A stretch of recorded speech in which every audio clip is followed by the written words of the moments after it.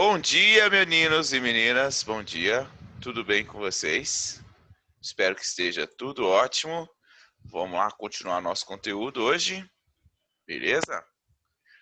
Bom, vocês lembram que na nossa última aula eu estava falando aí para vocês sobre ácidos e bases, né? Estão lembrados disso aí? E aí a gente... Pera aí, deixa eu lembrar aqui. Se eu não me engano, na última aula eu comecei a falar sobre sais e comecei a falar sobre nomenclatura de sais. Foi isso, né? Bora lá dar continuidade. Então agora, vocês lembram aí como que é a nomenclatura que a gente dá para os sais? Vamos recordar aqui primeiro rapidinho, né? Sobre os sais, a nomenclatura dos sais, e depois a gente dá continuidade. Meninos, primeira coisa, relembrando aqui, né, as funções inorgânicas que nós estávamos estudando. A primeira função inorgânica que nós estudamos foram os ácidos. E os ácidos são compostos moleculares que em meio aquoso liberam como único cátion um íon H+. Você viu isso? Dentro desses ácidos, você tem dois tipos de ácidos, que são os hidrácidos e os oxiácidos. E para dar nome para os hidrácidos, a gente adiciona hídrico. Para os oxiácidos, você tem que utilizar uma tabelinha, que é uma tabelinha que a gente fala assim, périco, icuso, hiposo. Lembrou? Então é assim que a gente dá nome para um ácido. Para uma base, a base é aquele composto que em meio aquoso ele libera OH-. E OH- é chamado de hidróxido. Então as bases elas vão ser chamadas de hidróxido de nome do cátion. Pode ser hidróxido de sódio, hidróxido de cálcio, hidróxido de vários cátions diferentes, né? E aí, dependendo do cátion, se for um cátion com carga variável, você tem que identificar o valor da carga na frente do nome dela, né?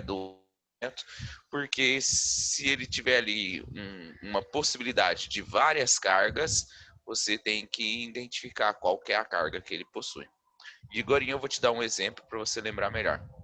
Por último, os sais. Os sais são compostos derivados de ácidos e de bases, né? Então, quando você mistura um ácido e uma base, acontece lá uma reação de neutralização. E nessa reação de neutralização, você tem formação sempre de um ácido, de um sal.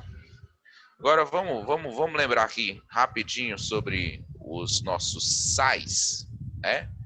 Primeira coisa, ó, sais.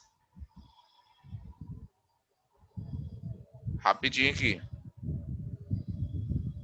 Um sal, ele é derivado sempre de uma reação de neutralização. O que é uma reação de neutralização mesmo? Se você pega um ácido, e reage esse ácido com uma base, mais base, você tem formação aqui de um sal. Além disso, você tem formação de água. Beleza. Bom, o ácido ele é formado por HX vezes ligado a um ânion qualquer. A base ela é formada por um cátion qualquer ligado a OH Y vezes. O sal é formado por um cátion derivado de uma base e um ânion derivado de um ácido. Aqui eu vou colocar X, aqui eu vou colocar Y. Além disso, a água é formada por H2O. Beleza. Agora, olhando para o nosso sal aqui, para a fórmula do sal, ele é sempre derivado de um cátion vindo da base e de um ânion vindo de um ácido. Então, para dar nome para o nosso sal, você tem que analisar quais são os ácidos que deram origem a ele, né? Por exemplo, vamos pegar aqui alguns exemplos de sais, né? Rapidinho aqui, o NaCl, ou se não, o K2SO4, ou se não, aqui, deixa eu pensar mais exemplos, o AlBr3,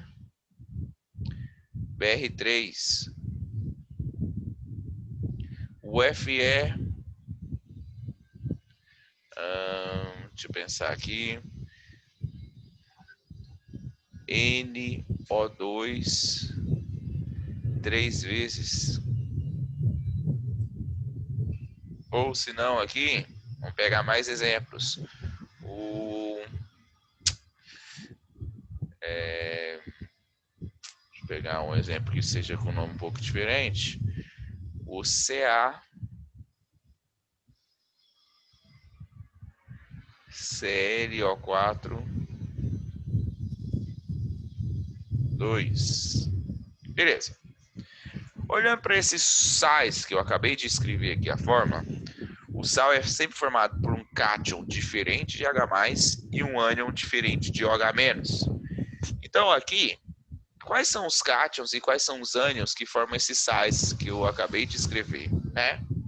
Se você for pensar no NaCl, o NaCl, ele é formado aqui pelo Na positivo, Na+, e pelo Cl negativo, Cl-. Beleza?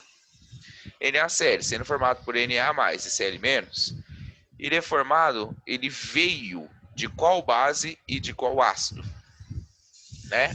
Lembrando que base, o cátion é derivado de uma base, e para ser uma base ele teria que ter aqui OH- na sua estrutura. E o ânion é derivado de um ácido, e para ser um ácido ele teria que ter aqui H+ na sua estrutura. Esse H+ se juntou com OH-, formou água, sobrou aqui o NaCl, né? Agora, qual que é o nome desse ácido que formou o nosso sal de cozinha ali? Esse ácido aqui, vocês lembram que o nome dele é ácido clorídrico? E eu termino o nome dele com hídrico, indicando que ele é um hidrácido, que ele não tem oxigênio na composição. Agora, para dar nome para o ânion, ó, você vai ter que utilizar a seguinte regrinha, ó. O nome do ânion derivado de um certo ácido, eu vou utilizar a seguinte regra. Eu falo assim, um macete, ó, mosquito teimoso, tibato, tibico, timeto, num vidrico. Certo? Esse aqui é o macete que eu utilizo. Mosquito teimoso, tibato, tibico, timeto, num vidrico.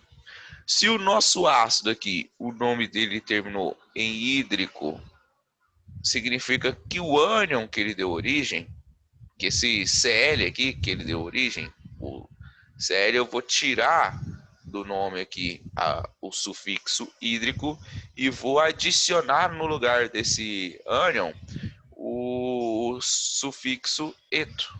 Então esse aqui vai virar o cloreto. O sódio, ele é da família 1A, e elementos da família 1A tem NOx fixo. Então esse aqui é cloreto de sódio. Como o NOx dele é fixo, o nome dele é somente, ou você não precisa indicar a carga no nome dele, porque a carga dele é fixa. Só um instante aqui, galera. Deixa eu só arrumar uma coisa aqui. Pera aí.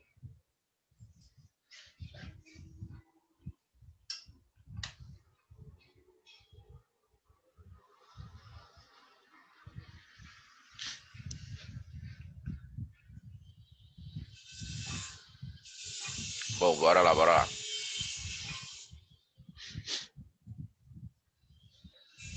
Então você tem ali o cloreto de sódio, e esse cloreto de sódio, ele foi produzido, ele foi obtido a partir do ácido clorídrico e do hidróxido de sódio, né? Porque essa base aqui, ó, o nome dela é hidróxido de sódio, mas o nome das bases é bem simples, e por isso eu nem coloquei aqui.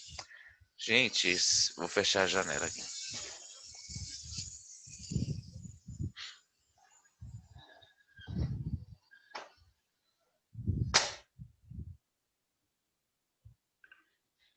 Essa reforma acontecendo aqui do lado, fica esse barulho enjado aí. como eu tô de fone aqui, eu quase não escuto, mas vocês devem estar escutando bem mais alto. Galera, agora o K2S. Se vocês não estiverem entendendo aí, vai mandando no bate-papo aí para eu ficar, para qualquer dúvida eu explicar um pouco melhor para vocês, né? Um pouco melhor não, explicar mais. Agora é o seguinte, K2SO4. K2SO4, ele é formado por 2 potássios mais o SO4. O potássio é da família 1A, então ele tem uma carga positiva. Então esse SO4 aqui, ele vai ter 2 cargas negativas, certo? Para que a carga total do composto seja uma carga neutra. De qual base e de qual ácido esses caras aqui se originaram, né? O K, como tem uma carga positiva só, ele estaria ligado a um OH-. Então aqui você teria o KOH, também conhecido como hidróxido de potássio. Agora o SO4, como ele tem 2 cargas negativas, ele veio do H2SO4, né? Porque o H só tem uma carga positiva, você precisaria de 2 hidrogênios para que houvesse ali a neutralização total, para que o composto fosse um composto neutro. Agora, qual que é o nome desse ácido aqui, ó? H2SO4. Para dar nome para o ácido, galera, lembre o seguinte: o ácido ele divide em 2 partes, né? Ácidos. Ele se divide em hidrácido e quando é hidrácido, você só adiciona o sufixo hídrico, né? Adiciona hídrico. E ele se divide em oxiácido. Só que quando ele é oxiácido, o que você faz? Quando ele é oxiácido, você tem que analisar para ver qual sufixo e qual prefixo você pode utilizar. Eu falei para vocês nas nossas últimas aulas aí que a gente tem uma tabelinha que é assim, ó. Per, ico, ico, uso, hipo, oso. Certo? Onde o ico aqui, ele é utilizado para o oxiácido padrão. Para cima aqui, você acrescenta oxigênios. Para baixo, você retira oxigênios a partir do oxiácido padrão. Qual que é o oxiácido padrão do enxofre, né? Para descobrir o oxiácido padrão, eu utilizo um macetezinho que eu expliquei para vocês na nossa última aula. Na última aula não, na penúltima acho. Já faz um tempinho aí que eu expliquei esse macetezinho para vocês. E o macetezinho, ele é o seguinte, eu falo assim, ó, nunca comi bolo claro, só pão sírio, né? Esses são os nossos oxiácidos padrões. HNO3, nunca comi bolo claro. H2CO3, H3BO3, HClO3, H2SO4, H3PO4 e H4SiO4. Esses aqui são os nossos oxiácidos padrões, são aqueles que eu utilizo o ICO na nomenclatura.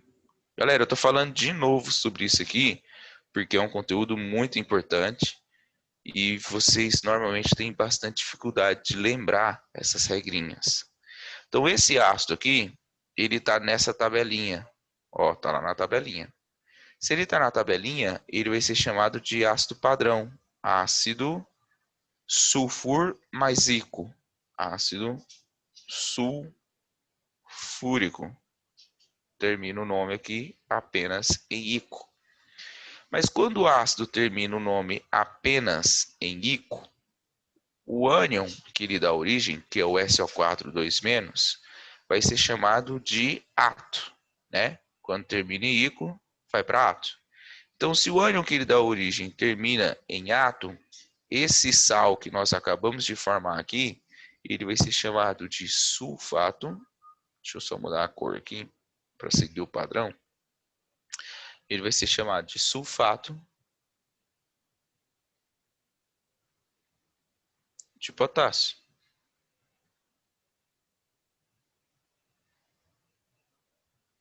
O sulfato de potássio ele é chamado de sulfato de potássio porque ele é originado a partir do ácido sulfúrico.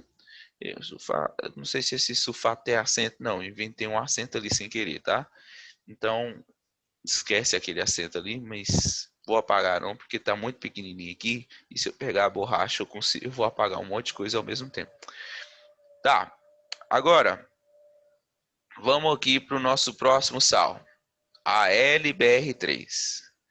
Esse AlBr3 em meio aquoso vai liberar o quê? Quais são os cátions, quais são os ânions liberados por esse sal aí?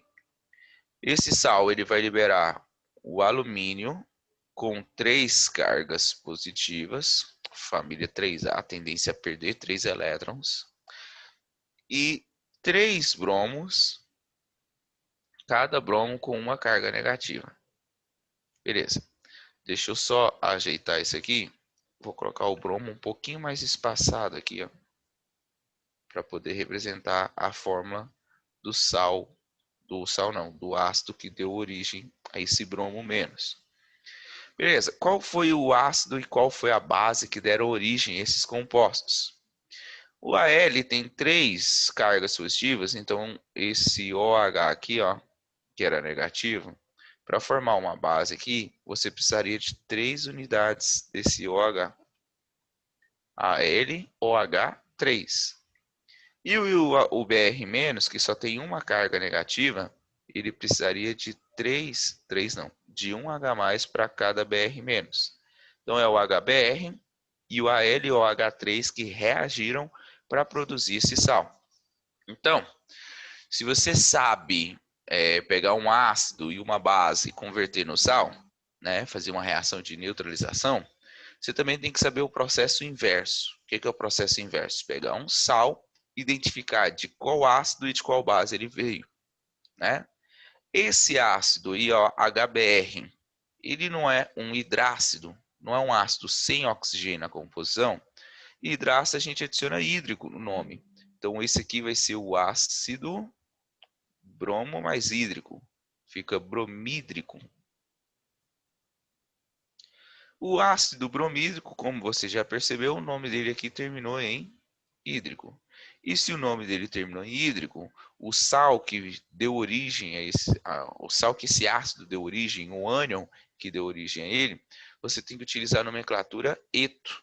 Então, esse cara aqui vai ser o nosso brometo de alumínio.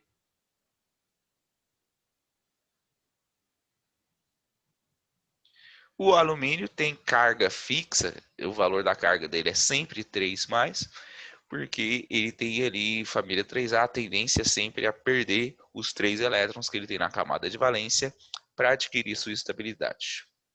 Agora, vamos para baixo, vamos lá, vamos continuar. Finalizar esses sais que eu coloquei para vocês aqui. Aqui, FeNO2 3 vezes. Esse 3 aqui, ó, lembra da regrinha lá de cruz-credo, dá uma cruzadinha? Ligação iônica? Então, o ferro aqui, ele está com 3 cargas positivas. Além desse ferro com 3 cargas positivas, você tem 3 NO2. E cada NO2 tem uma carga negativa só, para que a carga total do composto seja neutra. Qual foi o ácido, qual foi a base que deu origem a esse sal aqui, ó? FeNO2 3 vezes. Aqui eu precisaria de apenas 1H+ para a carga total do composto ser neutra. E aqui eu necessitaria de OH-, repetindo-se 3 vezes para que a carga composta fosse neutra. Então esse sal aí ele veio do FeOH3 e do HNO2. Qual que é o nome desse sal? Desculpa, desse sal não, desse ácido aqui, ó, HNO2. Bom, HNO2 é um sal que tem, desculpa, sal não, é um ácido que tem oxigênio na composição. Então, eu posso utilizar perico, icoso ou hiposo para nomenclatura. Vamos procurar o padrão do nitrogênio. O padrão do nitrogênio é o primeiro aqui, ó.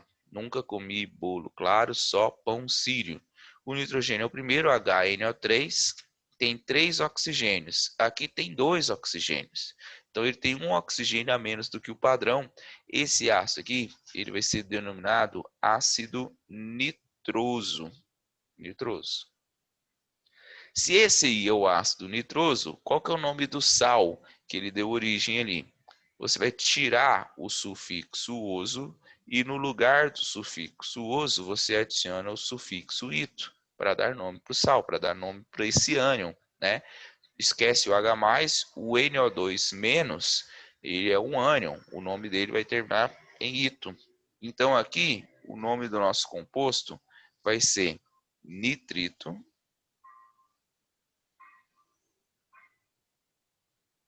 de ferro. E esse ferro aqui, ele não tem 3 cargas positivas. O ferro, ele é um elemento com carga variável.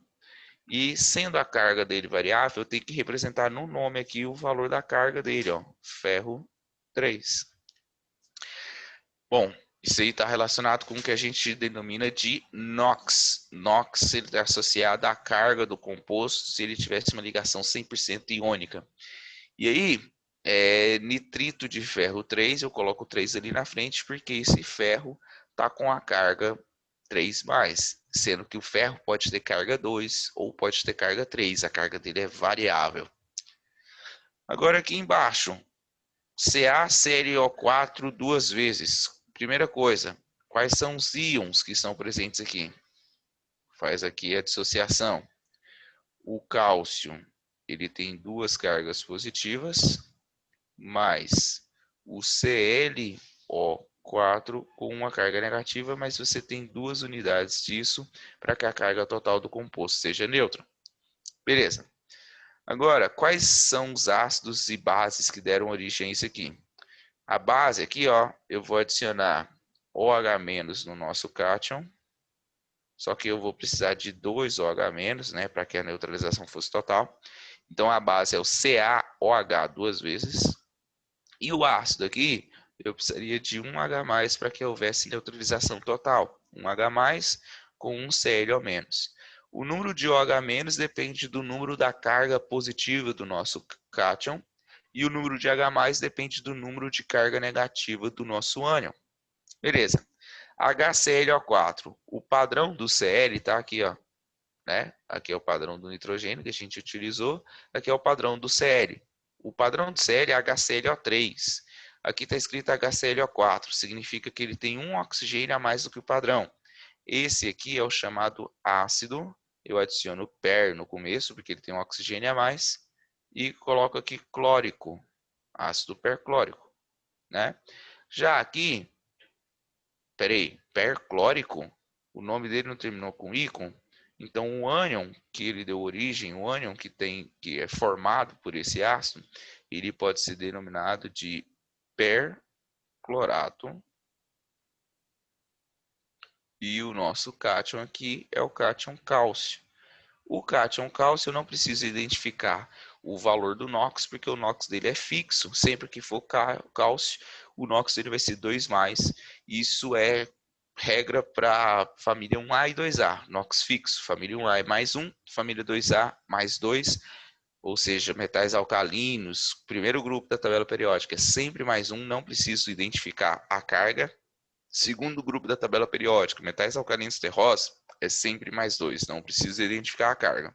Além desses 2 grupos, nós temos o alumínio, que é sempre +3, a prata, que é sempre +1, e o zinco, que é sempre +2. O resto, os outros metais, nós temos que identificar o seu NOx na hora de dar nome. Galera, tranquilo até aí? Nomenclatura de sais. Alguma dúvida nisso aí? Ou não? Tá de boa. Hum? Hum? Beleza, beleza. Obrigado pelo feedback aí. Então, agora que vocês já sabem aí os aspectos dos sais, a nomenclatura dos sais, lembra de todas as regrinhas dos sais, nós podemos começar a última função inorgânica. E a última função inorgânica que nós vamos estudar aqui agora são os chamados óxidos, certo? Ou, desculpa, eu limpei aqui o desenho antes de perguntar se podia, tá? Se alguém não tiver copiado, se alguém não tiver tirado ainda um print e tal, vocês me avisam aí que eu tirei, tá? Eu já tenho aqui copiado. Então, se vocês quiserem uma imagem de tudo que eu tiver escrito ali, eu tenho aqui, eu posso mandar para vocês. Galera, vamos aqui para nossa o último grupo funcional dentro da química inorgânica, que são os chamados óxidos.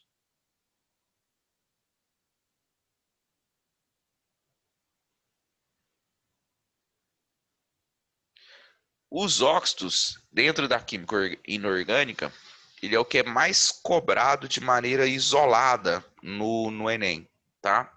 Como assim? Ácido, base, sal sempre cai, mas nunca cai uma questão que você precisa assim só do ácido para resolver, né?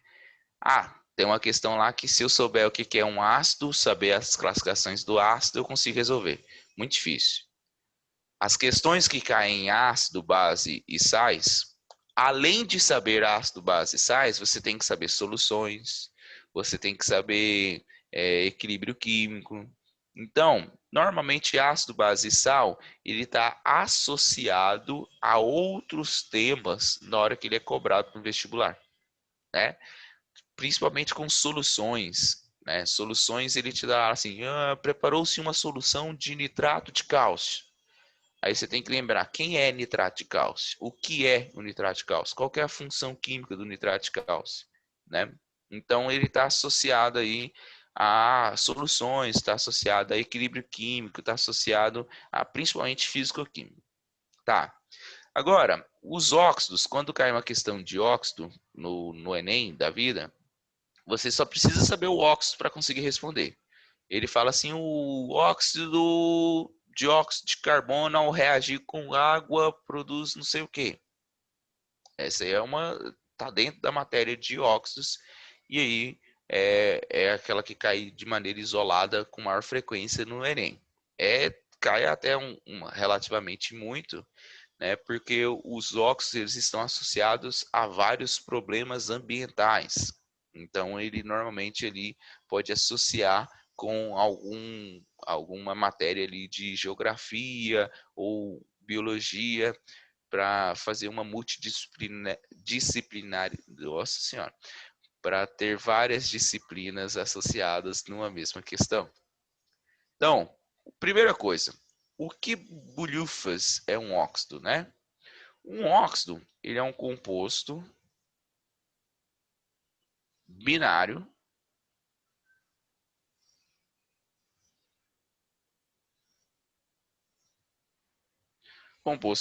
que possui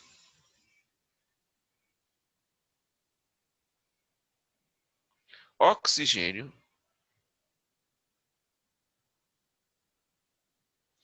como elemento mais eletronegativo.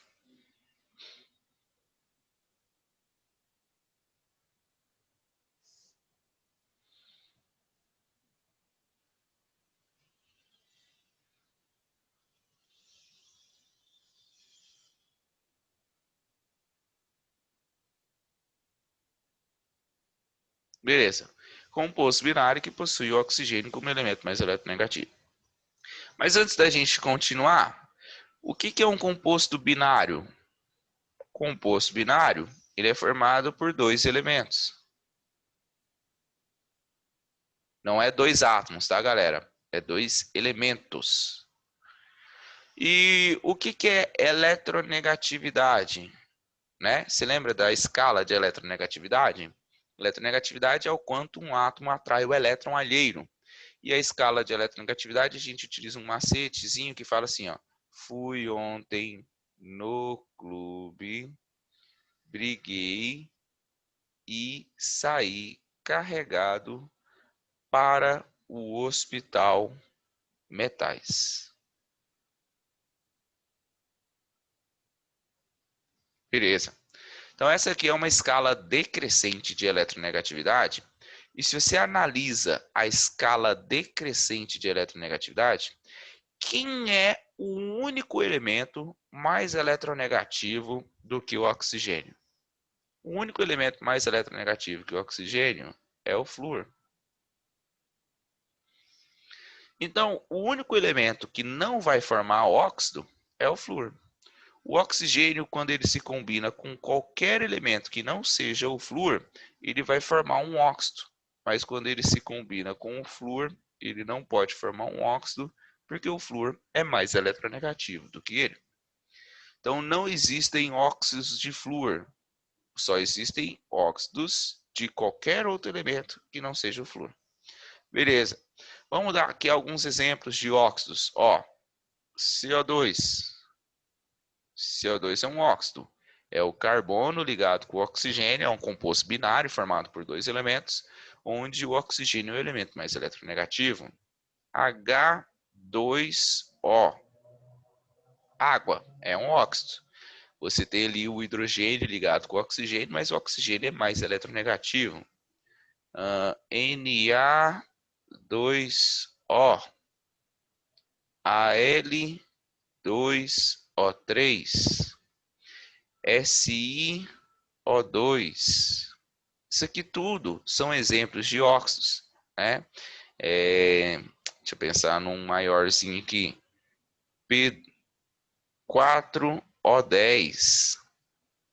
Tudo são exemplos de óxidos, porque são compostos binários, ou seja, formados por dois elementos, cujo oxigênio é o elemento mais eletronegativo.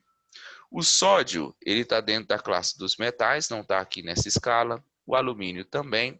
O silício, ele é classificado como ametal, né? Apesar de ter uma certa característica de metal, ele é o que a gente chamava antigamente de semimetal, que ele tem característica de metal e de ametal. Ele está bem ali no meio, no intervalo entre os dois, certo?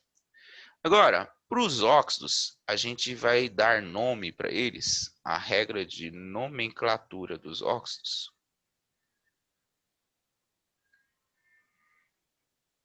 Ela vai depender se o nosso óxido ele é um óxido iônico ou um óxido molecular. Ah, mas o que é um composto iônico? O que é um composto molecular, galera? Vamos aqui, ó. A gente tem dois tipos de óxidos quando a gente fala em nomenclatura. A gente tem um óxido iônico. E para ser um óxido iônico, ele tem que fazer ligação iônica.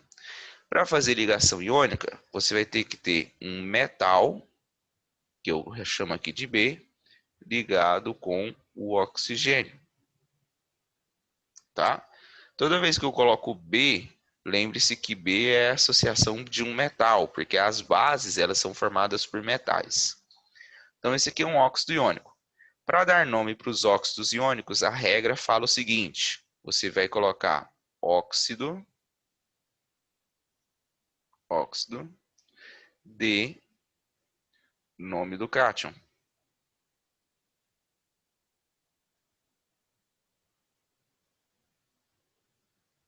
Esse cátion, lembrando que é o B, e esse B ele tem Y cargas positivas. Beleza. Então, óxido de nome do cátion. Agora, além de óxidos iônicos, nós também temos os óxidos classificados como sendo moleculares. E um composto molecular, ele é formado por ligação covalente. Então, ele é formado por um ametal, repetindo aqui, X vezes, e esse ametal vai estar ligado ao oxigênio, repetindo aqui, Y vezes. Certo?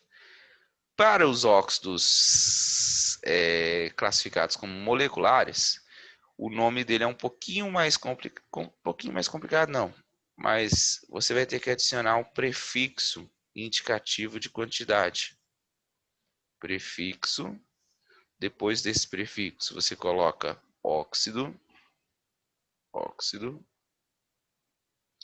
D, utiliza prefixo indicativo de quantidade de novo, prefixo, mais nome do elemento.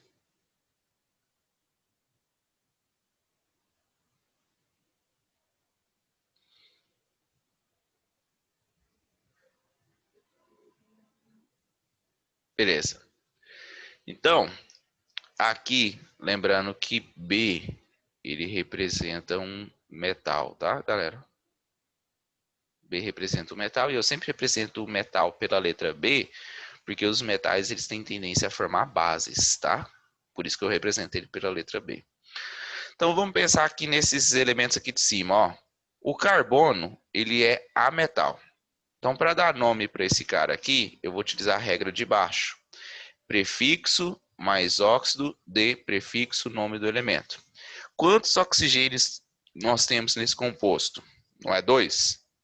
Então ele vai ser chamado de dióxido de carbono. Vou escrever aqui embaixo, para você não esquecer. Então esse composto aqui, ele vai ser chamado de dióxido de carbono. Só tem um carbono. Beleza. Eu não deixei muito espaço para escrever o nome aqui, né? Mas eu vou aproveitar esses exemplos que eu dei para escrever o nome, porque a nossa aula já está se encerrando. Falta 2 minutos e 20. Esse daqui vai ser chamado de monóxido, porque só tem um oxigênio, de dihidrogênio.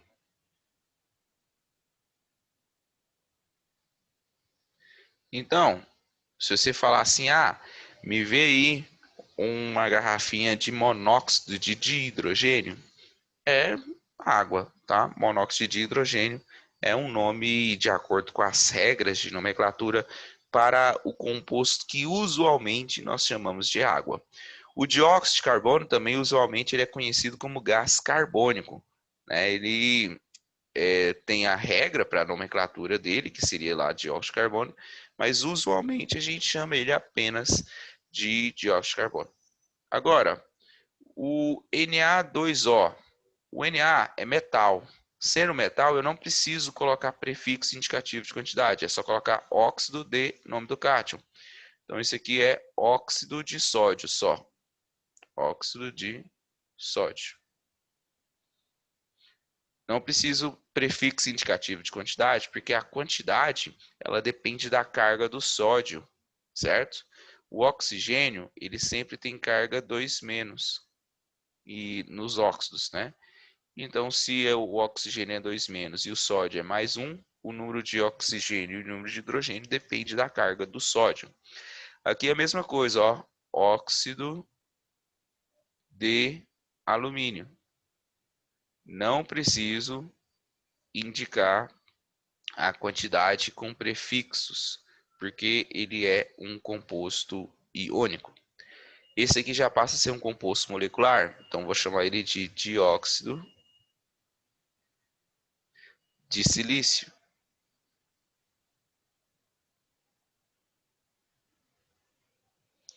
E esse aqui também é um composto molecular, porque o fósforo é metal, vai ficar decaóxido de tetrafósforo.